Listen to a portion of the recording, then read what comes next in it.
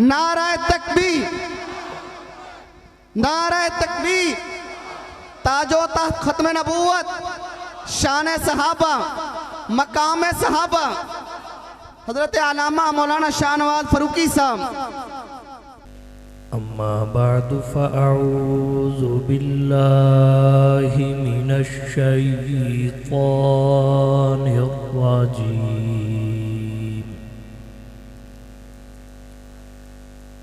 بسم اللہ الرحمن الرحیم۔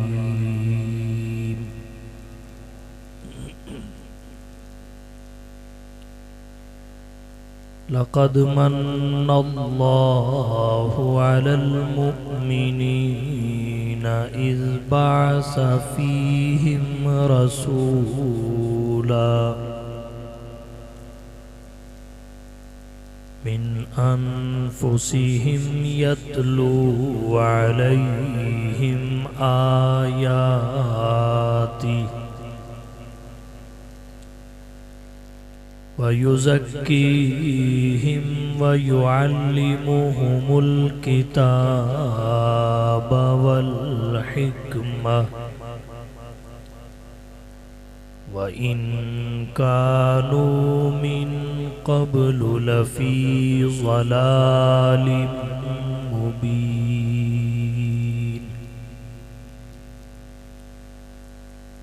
وقال النبي صلى الله عليه وسلم إنما بعثت معلما۔ وقال النبي صلى الله عليه وسلم انما بعثت لأتمم مکارم الاخلاق۔ سبحان ربك رب العزة عما يصفون، وسلام على المرسلين والحمد لله رب العالمين۔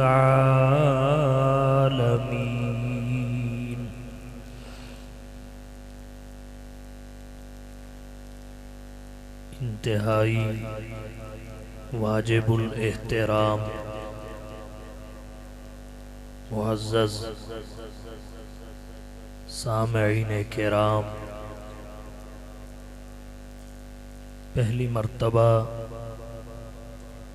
قصور شہر کی سالانہ محفل حمد و نعت میں برادر عزیز جناب غلام مصطفیٰ صاحب، زید صاحب اور ان کے رفقاء کی پرخلوص دعوت پر آپ سے محو گفتگو ہوں۔ مجھ سے پہلے آپ نے ملک پاکستان کے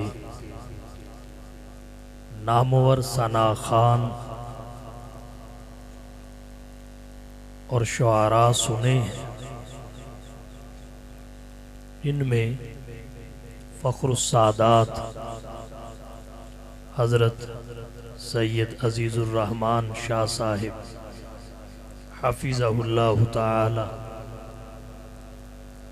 برادر عزیز حضرت مولانا رانا محمد عثمان قصوری صاحب، اور آخر میں حضرت مولانا شاہد عمران عارفی صاحب اپنے عالمانہ وقار کے ساتھ نعتیہ کلام پیش کر کے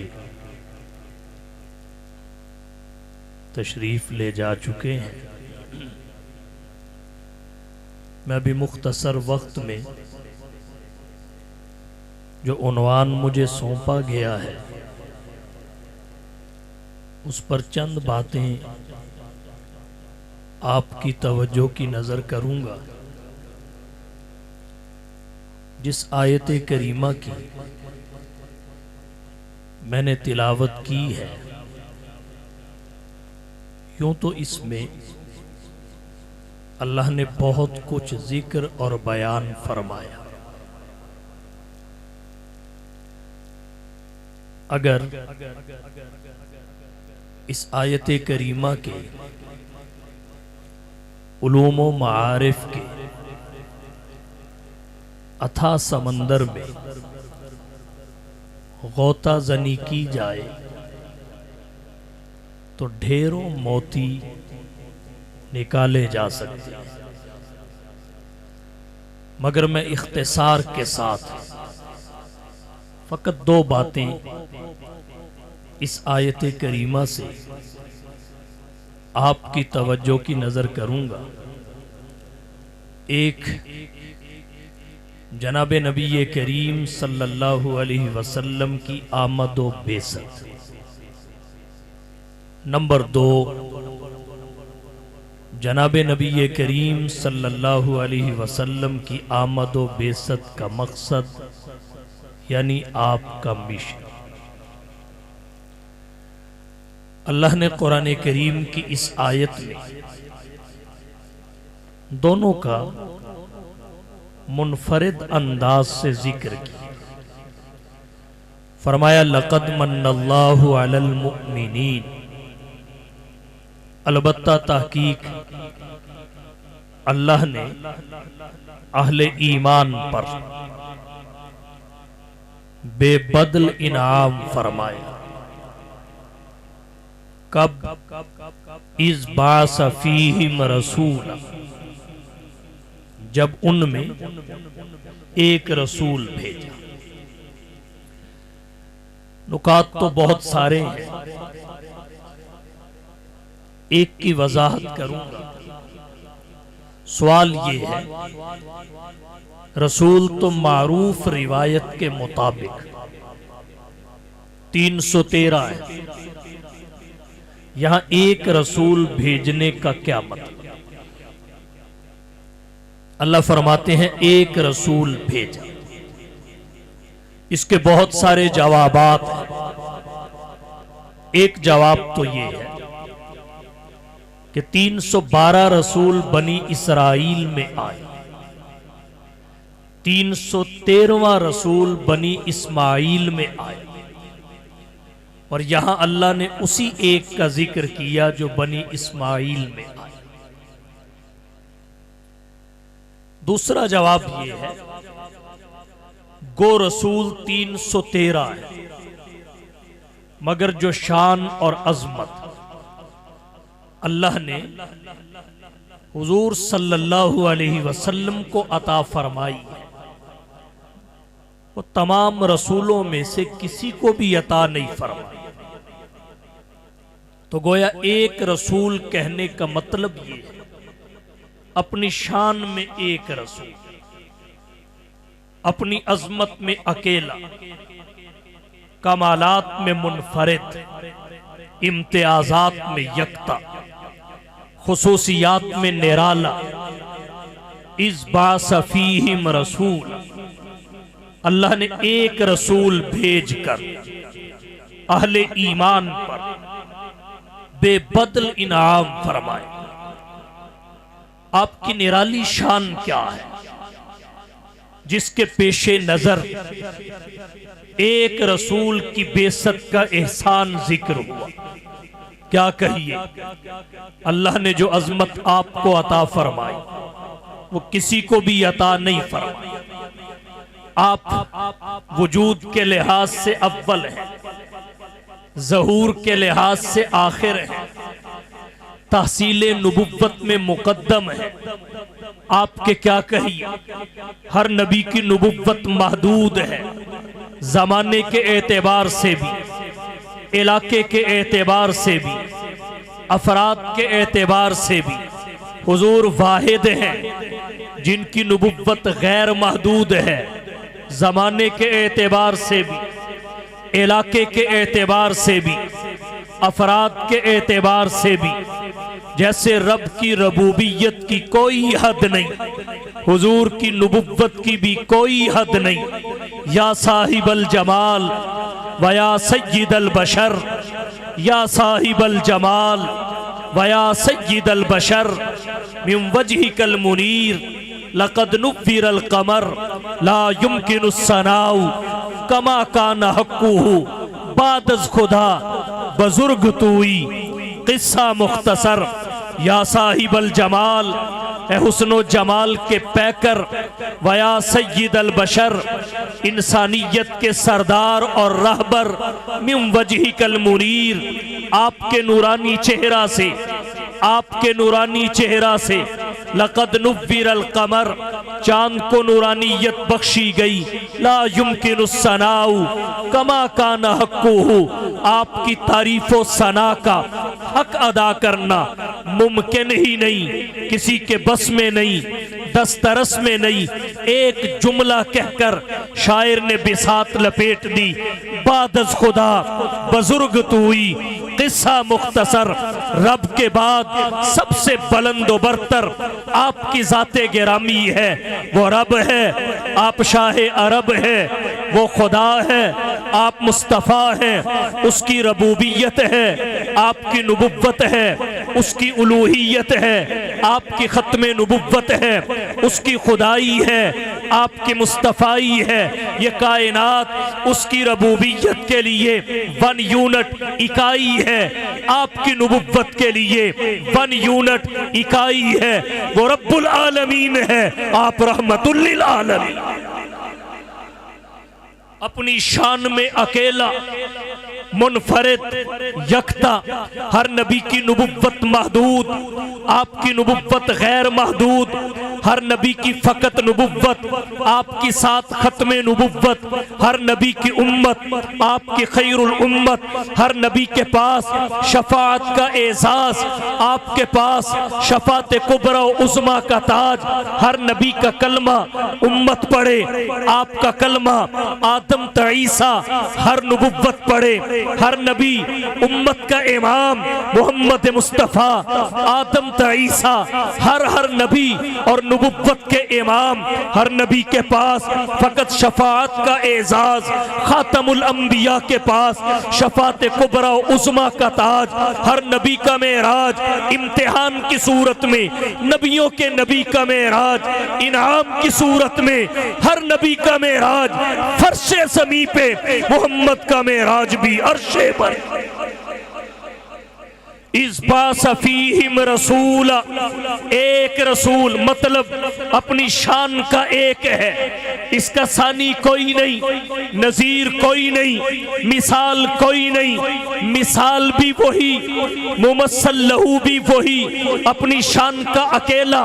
کیا کہیے، ایک روایت میں آپ کی نرالی شان کا ذکر اس طرح کیا گیا۔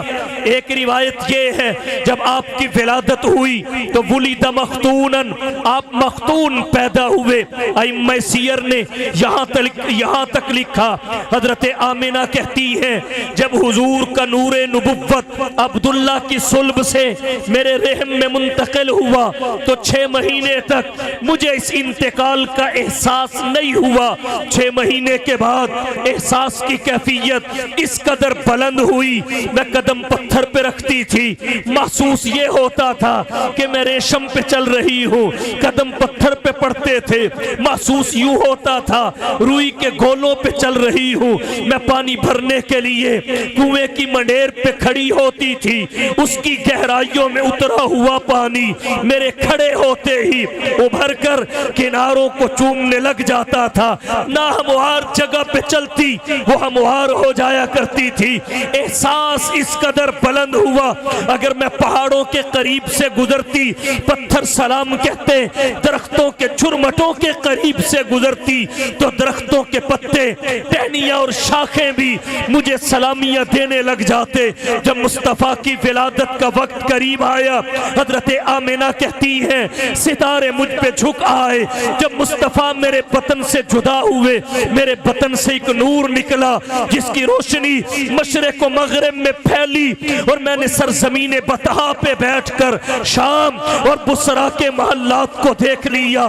کیا کہیے جب مصطفیٰ پیدا ہوئے تو دنیا نے ایسے انقلابات دیکھے نہ پہلے دیکھے نہ آپ کے بعد دیکھے جائیں گے۔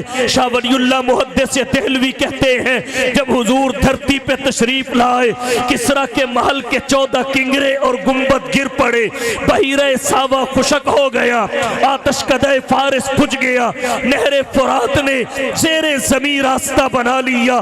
کعبۃ اللہ کی سرزمین پہ جتنے بت نصب تھے سب نے گردنیں جھکا دی۔ جب مصطفیٰ پیدا ہوئے یہ وہ ولادت تھی جس میں دایا کی ضرورت نہیں پڑی، بعد میں آئی تاکہ نبی کے سطر پہ اس لمحے بھی کسی کی نظر نہ پڑے۔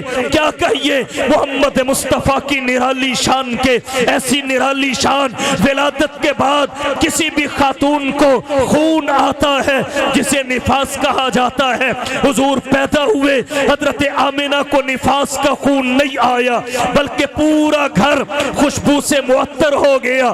ولید مختوناً ایک روایت کے مطابق آپ مختون پیدا ہوئے۔ کیا کہیے جب مصطفیٰ دھرتی پہ آئے آپ کے ناخن کٹے ہوئے تھے، آپ کے بال بنے ہوئے تھے، آنکھوں میں سرما لگا ہوا تھا، زبان سے اللہ کی تعریف و توصیف اور حمد و ثنا کے ترانے اور قصیدے گونج رہے تھے۔ جبین نیاز کا تقدس اللہ کے دربار میں جھکا کے انسانیت کو یہ پیغام اور میسج دے رہے تھے کہ یہ ایک سجدہ جسے تو گرا سمجھتا ہے 1000 سجدوں سے دیتا ہے آدمی کو نجات۔ اس باسا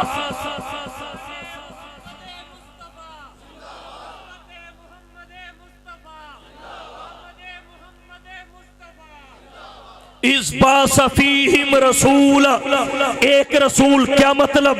اپنی شان کا ایک ہے۔ کیا کہیے آپ کی شان کے ما وقع ظلہ علی الارض، آپ کا سایہ تو تھا مگر زمین پہ نہیں پڑتا تھا کہ نبی کے سائے پہ بھی کسی کا قدم آ جائے۔ ما ظہر بولہ علی الارض، آپ کو بولو براز کی حاجت تو ہوتی تھی مگر زمین پہ کبھی کسی کے سامنے آپ کا بولو براز اللہ نے ظاہر نہیں کیا۔ کیا کہیے آپ کی منفرد شان کے لم یجلس الذباب علیہ قط، آپ کے جسم انور پہ مکھی بھی کبھی نہ بیٹھی کیونکہ وہ شایان شان نہیں تھی، آپ کی شان کے لائق اور مناسب نہیں تھی۔ لم یجلس الذباب علیہ قط، مکھی آپ کے جسم پہ نہیں بیٹھی۔ ولم یحتلم قط، سوتے ہوئے آپ کے کپڑے ناپاک کبھی نہ ہوئے۔ ولم یتصاعب قط، آپ کو جمائی بھی کبھی نہ آئی۔ لم یہرب دابۃ رکبہا قط، جس سواری پہ قدم رکھ دیے اس نے نافرمانی کبھی نہ کی۔ کان اذا جلس بین قوم کتفاہ اعلی منہ، جب آپ کسی مجلس میں بیٹھتے کوئی کتنا ہی دراز قد کیوں نہ ہوتا مصطفیٰ سے لمبا تو درکنار آپ کے برابر بھی نہ دکھتا، آپ صلی اللہ علیہ وسلم سب سے اونچے دکھائی دیتے حالانکہ نبی کا قد زیادہ لمبا نہیں تھا۔ صحابہ کرام مصطفیٰ کا حلیہ بیان کرتے ہوئے فرماتے ہیں کان النبی صلی اللہ علیہ وسلم وسط الجسم، نبی کی جسامت و قدامت درمیانی تھی۔ لیس بالطویل، آپ گھنے لمبے نہیں تھے، ولا بالقصیر، گھنے چھوٹے بھی نہیں تھے۔ کان النبی صلی اللہ علیہ وسلم وسط الجسم، نبی کی جسامت درمیانی تھی لیکن شان نبوت کی کیا تھی؟ کان اذا جلس بین قوم کتفاہ اعلی منہ، جب آپ کسی مجلس میں بیٹھتے تو سب سے اونچے آپ دکھائی دیتے۔ صاحب مشکات نے حدیث ذکر کی کان ینظر من خلفہ کما ینظر من امامہ، حدیث کے شارحین کہتے ہیں جب تک حضور نماز میں رہتے تکبیر تحریمہ سے لے کر تسلیم تک، سلام پھیرنے تک آپ کی شان یہ ہوتی تھی جیسے آپ آگے سے دیکھتے ویسے ہی آپ پیچھے سے دیکھتے۔ امام بخاری کہتے ہیں آپ کی شان کے کیا کہیے تنام عیناہ ولا ینام قلب. جب مصطفیٰ سوتے فقط آپ کی آنکھیں سوتی تھی, آپ کا دل اس لمحے بھی جاگتا تھا. یہی وجہ ہے غیر نبی سوئے اس کا وضو ٹوٹ جاتا ہے, اللہ کا حبیب سوئے وضو برقرار رہتا ہے. جب نبی کا انتقال پرملال ہوا, صحابہ کی مقدس جماعت کہہ رہی تھی حضور وفات پا چکے ہیں. حضرت عمر بن خطاب ماننے کو تیار نہیں تھے. اس اختلاف کی وجہ کیا تھی؟ محقق علماء کہتے ہیں اختلاف کی وجہ یہ تھی کہ صحابہ کی نظریں مصطفیٰ کی آنکھوں پہ تھی اور آنکھیں سو جایا کرتی تھی, اور حضرت عمر کی نظر مصطفیٰ کے دل پہ تھی اور دل مصطفیٰ بیدار رہتا ہے. اس باس فیہم رسول, ایک رسول اپنی شان کا اکیلا, اپنی شان میں منفرد اور یکتا. اس باس فیہم رسول, حضور کو جس خوبی میں دیکھیے آپ سب سے آگے نظر آئیں گے. آپ کی ہر خوبی باکمال بطریق اتم ہے. اگر کوئی حضور کو حسن کے زاویہ سے دیکھے تو ساری کائنات میں آپ جیسا حسین کوئی نظر نہیں آئے گا. ادھر لاکھ ستاروں سے بزم کہکشاں روشن, ادھر لاکھ ستاروں سے بزم کہکشاں روشن, ادھر ایک شمع روشن کے دونوں جہاں روشن. اس باس فیہم رسول, ایک رسول مطلب اپنی شان کا ایک, اپنی عظمت کا ایک, مرتبے کا ایک, دوسرا کوئی نہیں ہے. تو ایک اللہ نے آپ کی بعثت کا ذکر کیا اور اسے اپنا احسان قرار دیا, اور پھر اسی میں ضمناً ایک احسان اور بھی ہے, وہ آپ کی بشریت کا من انفسہم, کہ آپ کو جن کے لیے بھیجا انہی کی جنس اور نو سے بھیجا تاکہ آپ نمونہ بن سکے, آپ رہبری اور رہنمائی کا سامان مہیا کر سکے. تو یہ ایک پہلو تھا آپ صلی اللہ علیہ وسلم کی عظمت کا اس آیت کریمہ میں. اگلا پہلو کیا ہے؟ وہ آپ کی آمد و بعثت کا مقصد ہے, جسے رسالت کا مشن کہا جا سکتا ہے, جسے رسالت کی آمد کا مقصد کہا جا سکتا ہے. فرمایا یتلو علیہم آیاتہ ویزکیہم ویعلمہم الکتاب والحکمہ. آپ آئے کس لیے ہیں؟ تعلیم کتاب و سنت کے لیے. آپ آئے کس لیے ہیں؟ تزکیہ نفس کے لیے, تصفیہ قلب کے لیے, تہذیب باطن کے لیے. آپ کی آمد کے دیگر مقاصد بھی قرآن کریم میں ذکر ہیں. آپ کے مشن کی تفصیلات اللہ نے قرآن کریم میں ذکر کی. آپ کے آنے کا مقصد اور مشن انذار اور تبشیر ہے. انذار اور تبشیر کا مطلب کیا؟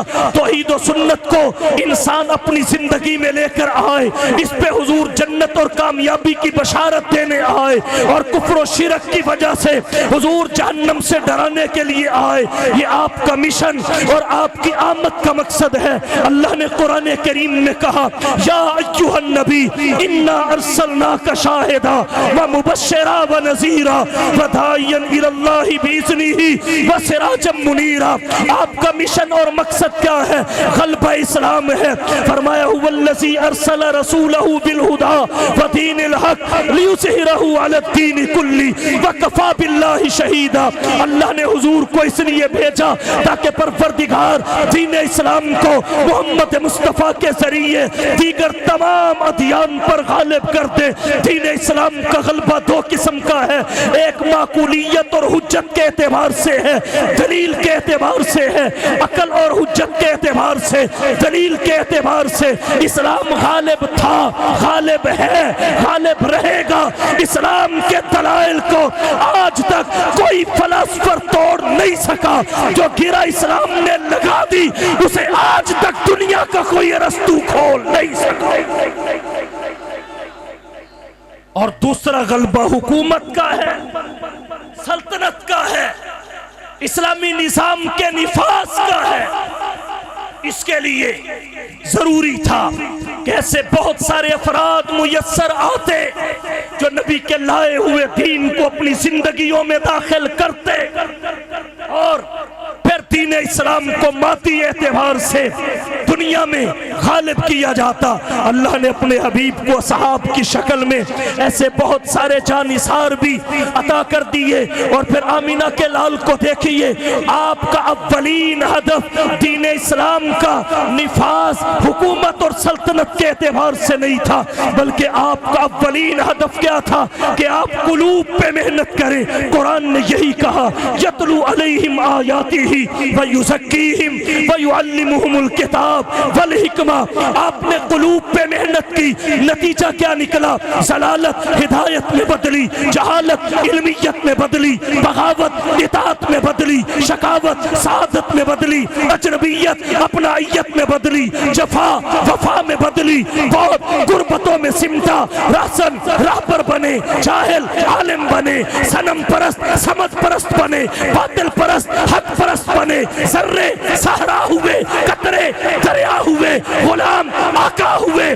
عرب کے بدو تہذیب و تمدن کے امام بنے، جہلائے عرب مقام صحابیت پہ پہنچے، دوسروں کی عزتوں پہ اپنی عزتوں پہ میلی نگاہ رکھنے والے دوسروں کی عزتوں کے محافظ بنے۔ کسی نے کیا خوب کہا، آقا درفشانی نے تیری قطروں کو دریا کر دیا، دل کو روشن آنکھوں کو بینا کر دیا، اور خود نہ تھے جو راہ پر اوروں کے ہاتھی بن گئے۔ کیا نظر تھی جس نے مردوں کو مسیحا کر دیا۔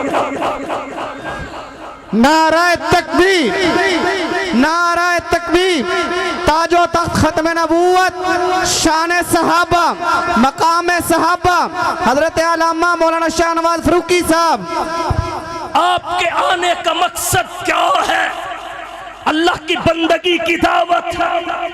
یا ایھا الناس اعبدوا ربکم الذی خلقکم والذین من قبلکم لعلکم تتقون۔ یہ مشن رسالت ہے کہ نفس کی بندگی سے نکل کر خدا کی بندگی میں آؤ، ماحول کی بندگی سے نکل کر خدا کی بندگی میں آؤ۔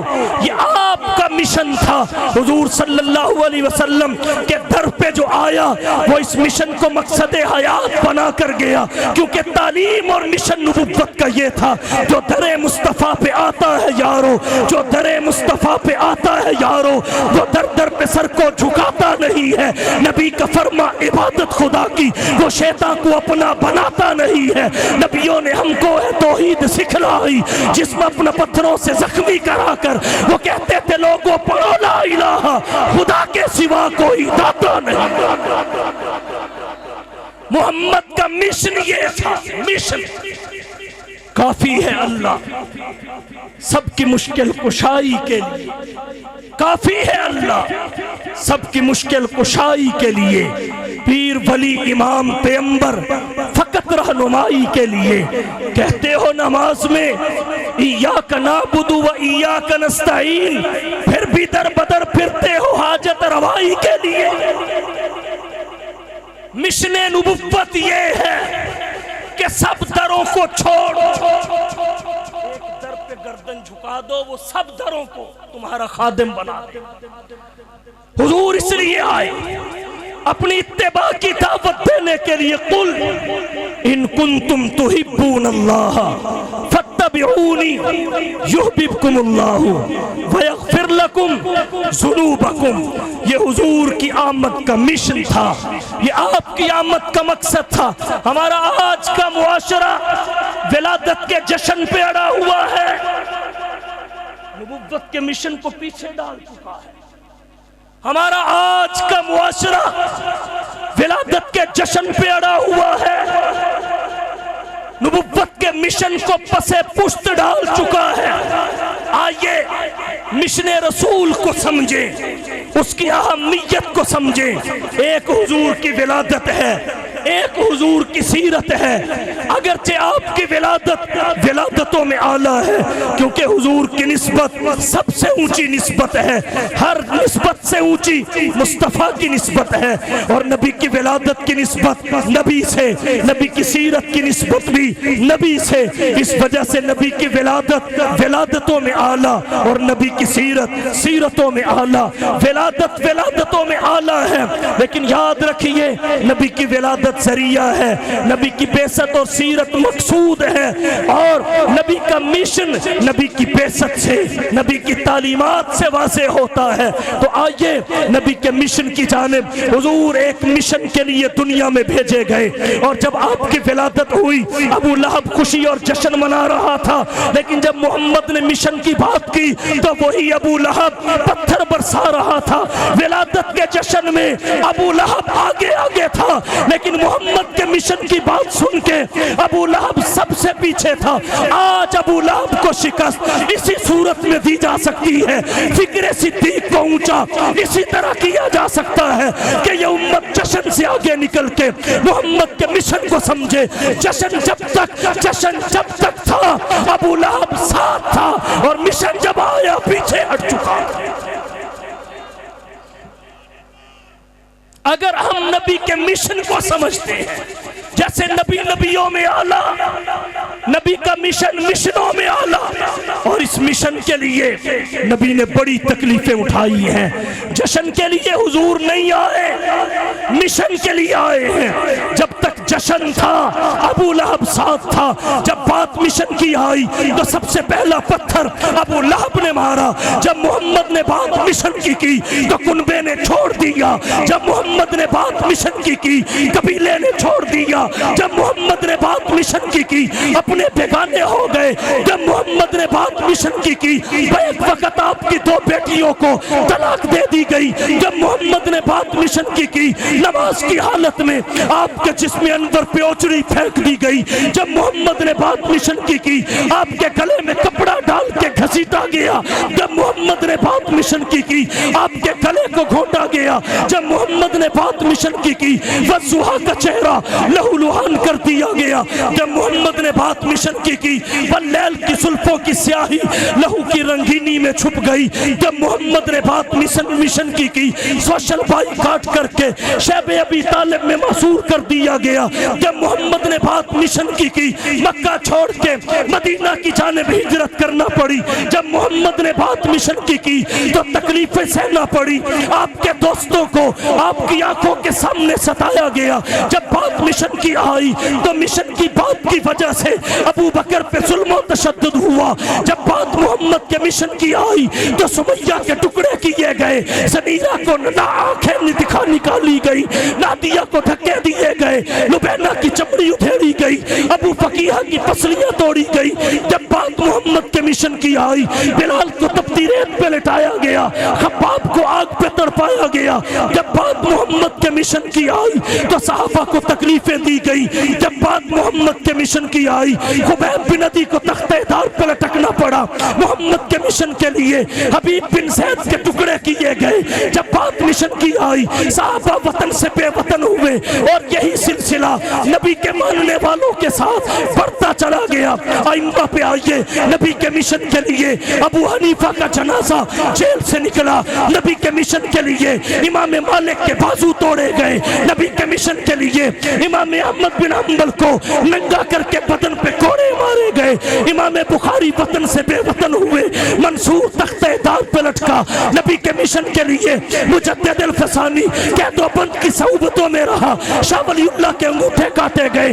سید احمد شہید اور شاہ اسماعیل شہید کو بالا کوٹ کے پہاڑوں پہ خاک و خون میں تڑپا دیا گیا۔ شیخ الہند کو مالٹا میں قید کر دیا گیا۔ محمد کے مشن کے لیے عبید اللہ سندھی 21 سال تک جلا وطن رہے۔ عطا اللہ شاہ بخاری نے 14 سال جیل کاٹی۔ مولانا محمد علی جلندری نے 5 سال جیل کاٹی۔ محمد کے مشن کے لیے، محمد کی دعوت کے لیے اکابر نے جان کے نذرانے پیش کیے۔ محمد کے مشن کے لیے 1953 کی تاریخ ختم نبوت میں لاہور کے مال روڈ پہ ہزاروں افراد نے اپنی جانوں کے نذرانے پیش کیے۔ تحریک نظام مصطفیٰ میں حضرت مفتی محمود کی قیادت میں نوجوانوں نے اپنی جانوں کے نذرانے پیش کر دیے۔ نبی کے مشن کے لیے، ناموس رسالت کے لیے مولانا سمیع الحق کا لاشا تڑپتا رہا۔ ناموس صحابہ کے لیے جنگ کی گلیوں میں لاشیں تڑپتے رہے، اور وہ بتاتے رہے کہ نبی کا مشن اہم ہے، اس کے لیے جتنی قربانی دی جائے اتنی ہی کم ہے۔ سلام ہے میرے اکابر کو جنہوں نے سب کچھ کہا، سب کچھ صاحب لیکن محمد کے مشن سے پیچھے نہ ہٹے. اس وادی گل کا ہر ذرہ خورشید جہاں کہلایا ہے. اس وادی گل کا ہر ذرہ خورشید جہاں کہلایا ہے. جو رند یہاں سے اٹھا ہے وہ پیر مغاں کہلایا ہے. اس بزم جنوں کے دیوانے ہر راہ سے پہنچے یزدہ تک ہے عام ہمارے افسانے دیوار چمن سے زندہ. نعرہ تکبیر نہیں یار اچھی وہ نعرہ تکبیر. تاج و تخت ختم نبوت شان صحابہ مقام صحابہ کردار صحابہ حضرت علامہ مولانا شاہ نواز فاروقی صاحب. اور نبی کے مشن کے لیے قربانیاں دینا ان کو سجدہ بھی ہے. ان کو سجدہ ہے اور انہی کو سجدہ ہے. انہی کو سجدہ ہے. کیوں سجدہ ہے؟ اس لیے کہ یہ نبی کے حقیقی وارث حقیقی وارث امیر شریعت سید عطا اللہ شاہ صاحب بخاری رحمہ اللہ سے کسی نے پوچھا کہ دیوبند کیا ہے؟ وہ کہنے لگے یوں سمجھو صحابہ کی ارواح کا قافلہ چلا جا رہا تھا. ارواح صحابہ کا قافلہ چلا جا رہا تھا. اللہ نے کچھ ارواح کو روک لیا کچھ ارواح کو کہ انہیں قیامت کے قریب کے زمانے میں بھیجا جائے. قیامت کے قریب کے زمانے میں کیوں؟ ان کی زندگیوں کو دیکھ کر لوگوں کو صحابہ کی زندگیوں کا یقین ہو جائے. بھیجا ان مقدس ارواح کو انہی کو جچتا ہے. نبی کے مشن کے لیے قربانیاں دینا. حضرت علی رضی اللہ تعالیٰ عنہ نے فرمایا رضینا قسمت الجبار فینا رضینا قسمت الجبار فینا لنا علم وللجہال مال فإن المال لا يفني عن قریب وإن العلم باق لا يزال. ہمارے اکابر نے نبی کے مشن کے لیے تختہ دار کو قبول کیا اور ہر پیشکش کو ٹھکرا دیا یہ کہتے ہوئے کہ حالات کے قدموں میں کلندر نہیں گرتا. حالات کے قدموں میں کلندر نہیں گرتا. ٹوٹے جو ستارہ تو زمین پہ نہیں گرتا. گرتے ہیں بڑے شوق سے سمندر میں دریا پر سمندر کبھی کسی دریا میں نہیں گرتا. انہی کو سجدہ ہے. اور آج بھی ضلع بندی زبا بندی پابندی نظر بندی سب انہی کے گرد گھوم رہی ہے. اور یہ اپنے ماننے والوں کو کہہ رہے ہیں مستقیم رہنا اپنا مرکز نہ چھوڑنا. اپنے مرکز سے دور اگر نکل جاؤ گے خاک ہو جاؤ گے افسانوں میں کھو جاؤ گے. اپنے مرکز سے دور اگر نکل جاؤ گے خاک ہو جاؤ گے افسانوں میں کھو جاؤ گے. اپنے پرچم کا رنگ بھلا مت دینا. سرخ شولوں سے جو کھیلو گے تو جل جاؤ گے. تیز قدموں سے چلو اور تصادم سے بچو. بھیڑ میں سست چلو گے تو کچل جاؤ گے. ہم سفر ڈھونڈو نہ کسی کا سہارا چاہو. ٹھوکریں کھاؤ گے تو خود ہی سنبھل جاؤ. بالکل نہیں دبے نہ پیچھے ہٹے مستقیم بن کر کہتے رہے. اللہ سے ڈرنے والوں کو طاقت سے ڈرانا مشکل ہے. اللہ سے ڈرنے والوں کو طاقت سے ڈرانا مشکل ہے. جب خوف خدا دل میں ہو کیسر و کسرا کچھ بھی نہیں. یہ عظمت باطل دھوکہ ہے یہ سطوت کافر کچھ بھی نہیں. مٹی کے کھلونے ہیں سارے یہ کفر کے لشکر کچھ بھی نہیں. اسلام اگر منظور نہیں قرآن اگر دستور نہیں. افسوس ہے اس آزادی پر یہ ملک یہ لشکر کچھ بھی نہیں. ہر شخص کو کہہ دو پیش کرے اخلاص و مربت کی دولت. ہر شخص کو کہہ دو پیش کرے اخلاص و مربت کی دولت. کردار سے قومیں بنتی ہیں افکار کے چکر کچھ بھی. کردار نبوت کا مشن اس نبی کا جس سے بڑا نبی کوئی نہیں. خلق کے سرور شافی محشر صلی اللہ علیہ وسلم خلق خلق کے سرور شافی محشر صلی اللہ علیہ وسلم، مرسل داور خاص پیغمبر صلی اللہ علیہ وسلم، نور مجسم نیر اعظم سرور عالم مونس آدم، نوح کے ہمدم خضر کے رہبر صلی اللہ علیہ وسلم، رہبر موسیٰ ہادی عیسیٰ تارک دنیا شافع عقبہ ہاتھ کا تکیہ خاک کا بستر صلی اللہ علیہ وسلم، راہ میں کانٹے جس نے بچھائے گالیاں دی پتھر برسائے اس پہ چھڑکی پیار کی شبنم صلی اللہ علیہ وسلم، سم کے عوض دارو شفا دی تان سنے اور نیک دعا دی زخم سہے اور بخشا مرہم صلی اللہ علیہ وسلم صلی اللہ علیہ وسلم، دولت دنیا خاک برابر ہاتھ کے خالی دل کے تونگر مالک کشور تخت افسر صلی اللہ علیہ وسلم۔ آئیے نبی کے مشن کی طرف، جشن سے آگے مشن، میلاد سے آگے سنت کا محاذ، سواد سے آگے ثواب، کھانے سے آگے سنت پہ مر جانا، یہ نبی کے مشن کی جزیات ہیں۔ اللہ نے اسی مشن کے لیے حضور کو بھیجا۔ اللہ قرآن میں کہتے ہیں وَإِن كَانُوا من قبل لفی ضلال مبین، آپ کو دھرتی کائنات پہ نبی اور رسول بنا کر کتاب و حکمت، تعلیم کتاب و سنت اور تزکیہ نفس کی ذمہ داری دے کے کیوں بھیجا گیا؟ اتنا اونچا مشن، فرمایا وَإِن كَانُوا من قبل لفی ضلال مبین، اس لیے کہ انسانیت ضلال مبین میں دھنس چکی تھی، مسیحا محمد کی ذات تھی، آپ نے آنا تھا، لوگوں نے ضلالت کے گہرے سمندر سے زلزل سے نکلنا تھا، اور ساری کائنات اس وقت مصطفیٰ کی آمد کی منتظر تھی، آپ کا راستہ دیکھ رہی تھی۔ ماہر القادری نے کہا وہ آئے جن کے آنے کی زمانے کو ضرورت تھی، وہ آئے جن کے آنے کی زمانے کو ضرورت تھی، وہ آئے جن کی آمد کے لیے بے چین فطرت تھی، وہ آئے نغمہ داود میں جن کا ترانہ تھا، وہ آئے گریہ یعقوب میں جن کا فسانہ تھا، وہ آئے جن کی خاطر مضطرب تھی وادی بطحا، وہ آئے جن کے قدموں کے لیے کعبہ ترستا تھا، وہ آئے جن کو حق نے گود کی خلوت میں پالا تھا، وہ آئے جن کے دم سے عرش اعظم پہ اجالا۔ آپ کا آنا ہی بنتا تھا۔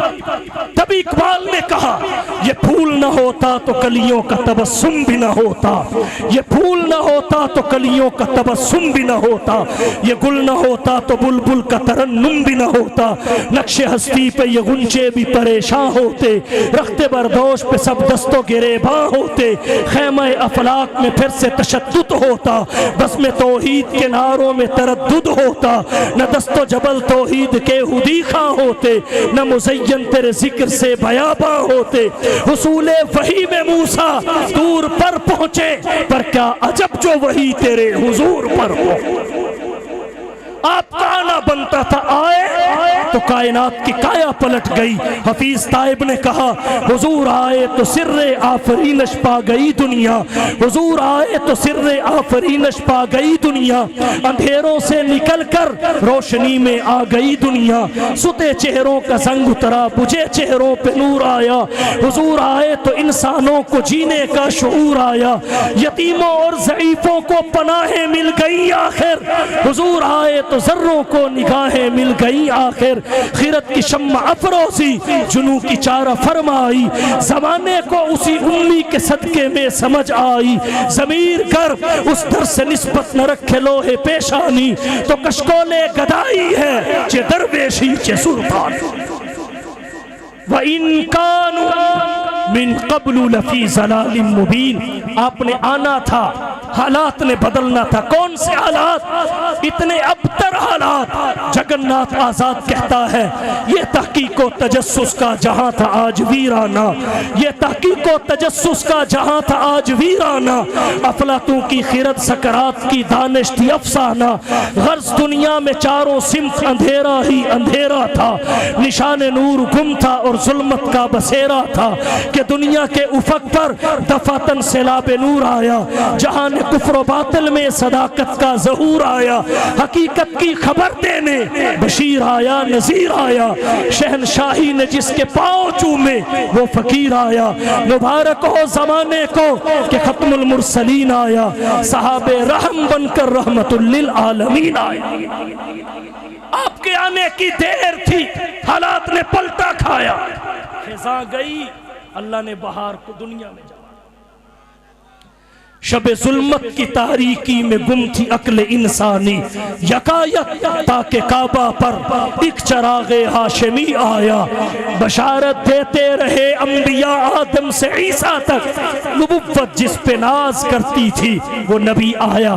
آئیے نبی کے مشن کو سمجھیے، اللہ کی بندگی کی دعوت، اپنی اتباع کی جانب، نبی کی اتباع کی جانب دعوت اور انذار و تبشیر، غلبہ اسلام کے لیے جد و جہد، تعلیم کتاب و سنت، تزکیہ نفس، تصفیہ قلب، تہذیب باطن، غلبہ اسلام، یہ نبوت کا مشن تھا جس کو پورا کرنے کے لیے حضور نے اس دھرتی کائنات پر ایسی عظیم جد و جہد کی، ایسے نفوس اس دھرتی کائنات پہ آپ تیار کر کے گئے۔ انہوں نے نبی کے مشن کی ترویج و اشاعت کی ذمہ داری کو محسوس ہی نہیں کیا بلکہ اسے مقصد حیات بنا لیا، اور صحابہ کرام کی تعداد کم و بیش 1.25 لاکھ ہے۔